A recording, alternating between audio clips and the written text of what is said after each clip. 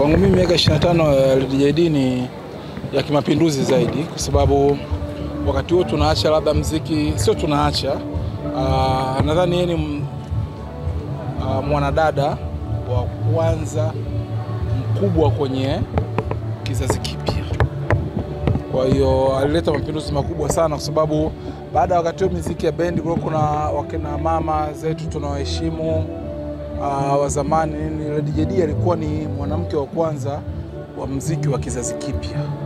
Ya miaka 25 yenyewe anajieleza, kwa sababu kikawaida miaka 25 ni mwanadamu anazaliwa, anakuwa mkubwa, anaenda sekondari, anamaliza chuo, inajielezea kila kitu, na amefanya mapinduzi makubwa sana katika hilo.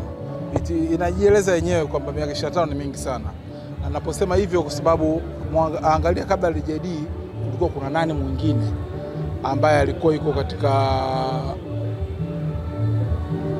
katika hiyo hii industry wa kizazi kipya. Wakati huo kulikuwa na wanamuziki wa zamani sana, wakina Kida Waziri, wakina nani na wengine ambao nadhani nyinyi wengi ndio mwafahamu. Kwa hiyo tunavyoelezea hili ni kwamba tunamzungumzia mwanadada. Sasa hivi kwa watu wengine anaweza kuwa ni mwanamama ambaye alikuwa wa kwanza kufanya mapinduzi kwenye kizazi kipya cha muziki, kama unavyomzungumzia wakina Professor Jay, wakina Sugu na wengineo. Labda pengine wadada wengine wajifunze nini ambao wanachipukia sasa? Wajifunze discipline, kwa sababu unaona kwa nini LDJD hivi anajaza, sio tu kuhusu muziki, lakini kuhusu vile vile maisha yake binafsi. Discipline, no scandals, no what. Na kuna masuala mengine ya kujieleza kuhusu yeye mwenyewe, kuhusu talent yake. Amekeep majuzi kwa generation mpya inaujua sana wimbo wa mambo matano. Inamaanisha kwamba yeye bado anaendelea kumaintain kuwepo katika game.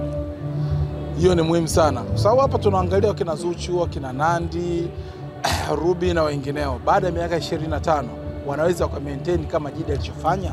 That's a question ambayo wao inabidi wenyewe wajiulize, kwamba sio tu naimba nyimbo za zamani, lakini wakati huo baada ya miaka 25 unaweza ukatoa hit song kama ilivyokuwa mambo matano. That's a question. Kwa hiyo inabidi wajifunze discipline, waendelee kuwepo kwenye game na mambo mengine. Lakini hapo kwa kuongezea LDJD mwingine kama tenga hivi na Gen Z, kama leo tunaona kina Zuchu, hatujaona kina Fina, wasanii ambao wapo sasa hivi kwenye Bongo Flava. Labda unaweza kutuelezaje kwenye hiyo ambao watu wanatafsiri kama hivyo la? Mimi sio manager wa LDJD, siwezi kujua arrangement zake. Mimi ni rafiki yake tu wa karibu, siwezi kujua arrangement zake na mambo mengineyo kuhusu hilo, kwa sababu wasanii nao siku hizi wana mambo mengi.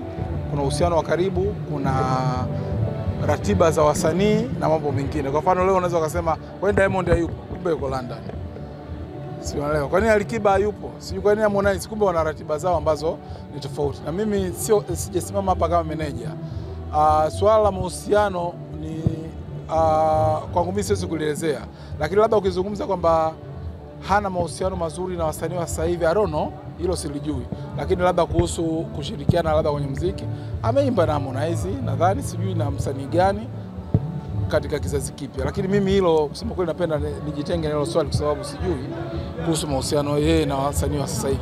Edo, kama mkongwe lakini pia mtu ambaye ni wa karibu sana wa LDJD, unahisi nini hasa amekifanya kubaki kwenye picha ambayo yuko mpaka sasa hivi katikati ya wanaume? Tukitazama kuna wanaume wengi sana wameshindwa kusimamia ambapo LDJD yupo sasa hivi. Wengi wameshindwa kuendelea na muziki, wengine wamepotea kabisa, waliobaki ni wachache sana. LDJD yuko hapa, amekutana na Gen Z, lakini bado ana nafasi yake kwenye industry na jina lake bado liko pale pale. Unahisi nini hasa amekifanya? Nimetoka kuelezea hapa. Cha kwanza ni discipline yake mwenyewe binafsi, kuhusu maisha yake binafsi, kwa sababu kuna watu wengine ambao wanaharibiwa na maisha yao binafsi. Kwa mfano LDJD angekuwa anakula drugs, leo hii tungesimama hapa labda kuja hapa kufanya hii kitu? Nadhani umeelewa vizuri ndio jibu la swali, kwamba labda angekuwa ni mtu ambaye yani maisha yake ni ya ovyo sana, anakula drugs, anafanya nini, tusingekuwa hapa tunafanya hilo swala. Lakini pili, self discipline na kuelewa game linakwendaje. Kwa mfano labda yeye atoi nyimbo nyingi sana, anajua namna gani kitu cha kufanya, wakati huo afanye kitu hiki, wakati hii afanye kitu hiki, kitu ambacho wasanii wa zamani wanafeli, wawe wanaume wawe wanawake wanafeli kwa sasa. Lakini anajua jinsi gani game inaenda au anafanya nini. Kwa mfano Gide hafanyi kitu kila siku, anaandaa events tu. Ameandaa kwa mfano hii miaka 25, huwa anaandaa sijui wine talk, yani vitu vichache ambavyo vinamweka yeye katika ile heshima ambayo inazidi iwepo. Anakuwa very corporate, kitu ambacho hata wasanii wa zamani wanashindwa, kwa sababu kuna mtu anakuwa anajiweka kwenye hadhi za ovyo ovyo ambavyo hawezi kuheshimiwa na watu wa kawaida au watu ambao wanamzunguka. Leo Lady JD ana release album yake ya 10 na naamini uwepo wako hapa na urafiki wenu umewakutanisha kwa sababu ya muziki wake. Kwako unaizungumziaje album ya 10 leo ana release?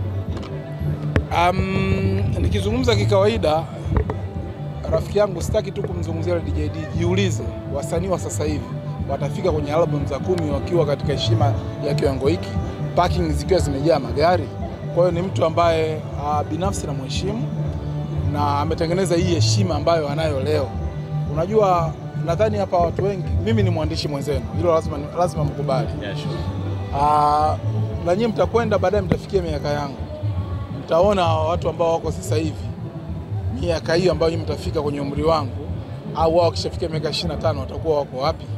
Watakuwa wameendelea kutengeneza heshima hii au itakuwa iko vipi? Nadhani ni self discipline, kuendelea keep your voice, talent and everything. Kwa hiyo kufikisha hiyo albamu ya 10, jiulize hao wasanii wetu ambao sasa hivi wanatamba wana albamu ya ngapi?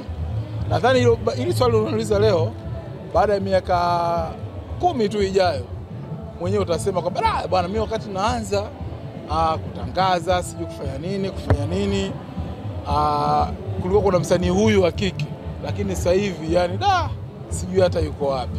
So it's discipline, it's everything. Na hata sio kuhusu muziki tu, kuhusu nyinyi. Sasa hivi naongea na nyinyi kama watangazaji, waandishi au nini. Baada ya miaka 10 utakuwa uko wapi? Jiulize hilo swali. Okay, ndani ya hizo album 10 ambayo leo Silva anaenda kuintroduce, ni album gani ambayo hata ukikaa ukisikiliza kabla hujamaliza machozi? Album ya kwanza hii. Yeah, of course, ilimtroduce vizuri sana. Edo, tumeona ndugu yako Oscar. Kwa chana uandishi pia sasa hivi tunaona anafanya vizuri sana kwenye muziki. Na ngoma yake ya kwanza kwa kuitwa Basata, kitu kikubwa. Take yako nataka kujua. Ndugu yako ameingia kwenye muziki. Unampa max ngapi kwanza? Oscar, nakupa max 200. Hakuna mtu ambaye anatingisha sasa hivi kama wewe kwenye hip hop. Tangu umemtambua, tangu Kwa nini umesema hivyo? Kwa nini umesema hivyo? Tuna generation yetu ambayo ipo Gen Z, kuna kina Joh Makini wapo wanatikisa. Yaani Oscar alivyo. Yaani Oscar alivyo. Ameleta hip hop ya zamani kwenye generation mpya. Young Lunya usimtaje hivyo kwa sababu yeye ni generation mpya kwenye hip hop mpya. Oscar ametuletea ile ya zamani, ile kina Jemo, sio kina Professor J kwenye generation mpya. Tumsubiri jamani. Na mimi ndio manager wa Oscar. Na tuna shows zinakuja. Kuna comment nyingi za jamii zinasema kwamba Oscar kwenye kuimba bado sana. Sasa inaelekea nyinyi kama watoka karibu mnamjaza hivi. Wewe unajua mpira? Nataka nikuulize hilo swali kwa maana ya kwamba kwenye muziki, kwenye football kuna divided opinion. Yaani watu wamegawanyika mawazo. Kwa hiyo tuendelee kumsubiri msanii wangu na atakuwa babu kubwa zaidi. Crown Media. Hapa ni nyumbani.